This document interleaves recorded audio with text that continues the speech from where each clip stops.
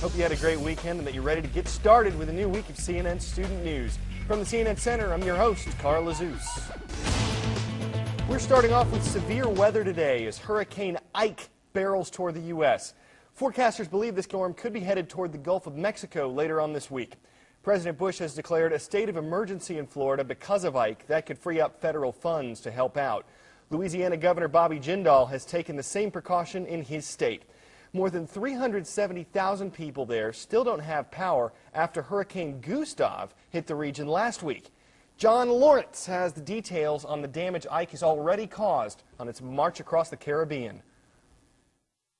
Another storm beating, this time from Hurricane Ike, this weekend in the Caribbean. These images were taken in Gonaives, Haiti, one of the hardest hit countries this hurricane season.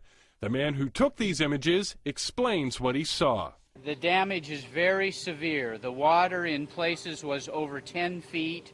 It took out all the roads.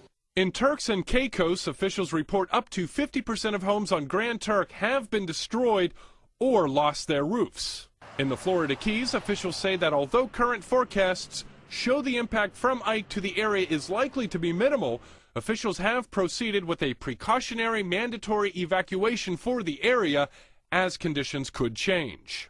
We understand the inconvenience to the residents, to the tourists, to the businesses, but this one is just too close, folks.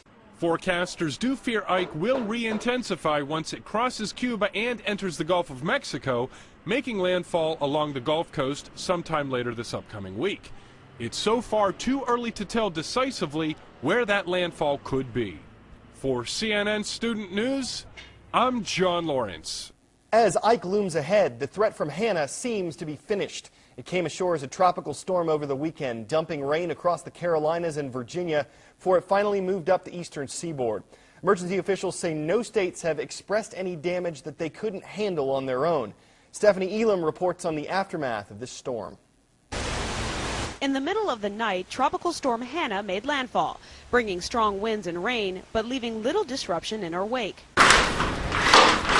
Businesses along the Carolina coastline are resuming operations, eager to make up some revenue before the warm summer days come to an end. It did affect the business, but of course it wasn't as bad as I expected it to be because most people are still coming back in today. Still, Hannah had enough force to cause some significant flooding in Fayetteville, North Carolina, and is coursing quickly up the eastern seaboard. While it looks like Hurricane Ike will miss this area, North Carolina's governor says officials are still keeping an eye on that brewing storm. And I don't want people worrying about that right now, but I do want them to know that we're worrying about it and we're preparing for it. For now, there are plenty of people happy to take advantage of Hannah's lingering wind. A good surfing day can be at wayside, and this is well over net high. The surfers were out early in the morning, thrilled to hit the waves, even if they hit back. And the wave just crashed, hit me off my board, and I guess the wave just was so powerful as it brought it down, just snapped right in half. Stephanie Elam, CNN, Wrightsville Beach, North Carolina. Time for the shout-out. When does the Atlantic hurricane season officially end? If you think you know it, shout it out. Is it September 30th, October 31st, November 30th, or December 31st? You've got 3 seconds. Go!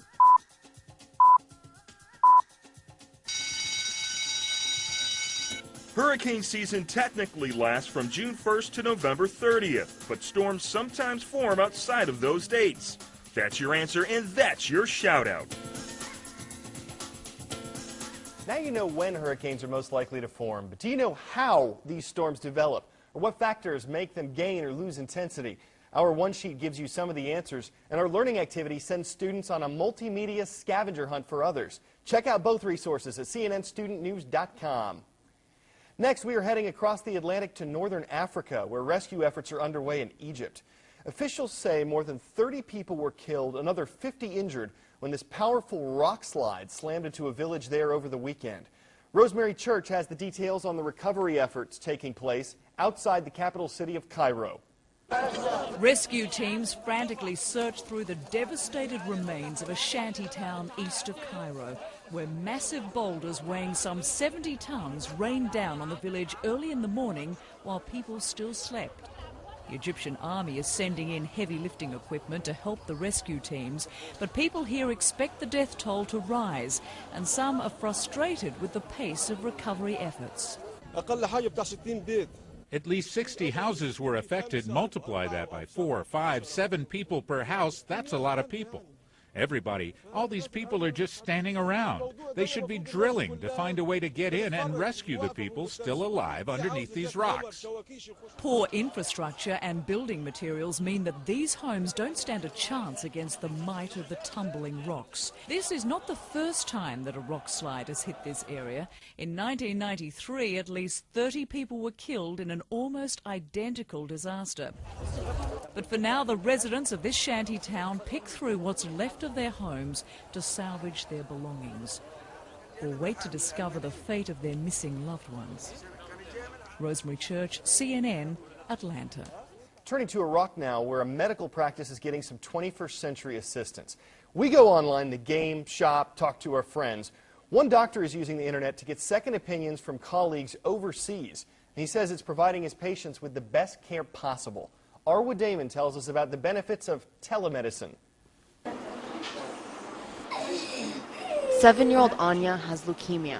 Doctors in Iraq suspect it's a type of lymphoma, but are not confident in the results of their pathological lab. She has a type of lymphoma, lymphoblastic, we suspect lymphoblastic lymphoma. Even though Iraq lacks the medical resources, Anya will be getting help from top-notch doctors in Italy, thanks to telemedicine.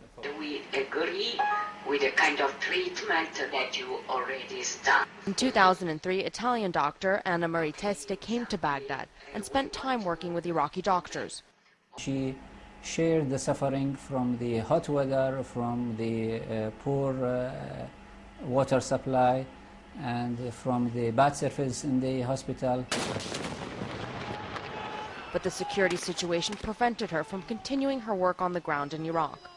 I thought that I could not stop this work. By the end of 2004, the telemedicine program was born. Now a group of Italian doctors donate their time, and a lab in Rome analyzes 10 specimens per month for free. It gave us more confidence with the results of our pathologists, and we gave the proper treatment to the patients. Dr. Al-Jadri says he and his colleagues treated over 150 patients using telemedicine and says they've saved dozens of lives. But it's not just the patients who benefit from the arrangement. This gave us a very strong moral support, because in spite of the bombing, in spite of the risk of assassination and risk of kidnapping, in spite of we feel that there is nobody listening to us, we feel through this telemedicine link that there are people who want to help us from far. Help within Iraq is hard to come by. Decades of sanctions and the U.S.-led invasion destroyed its medical infrastructure. Many of Dr. Al-Jadri's peers fled the violence, but he decided to stay.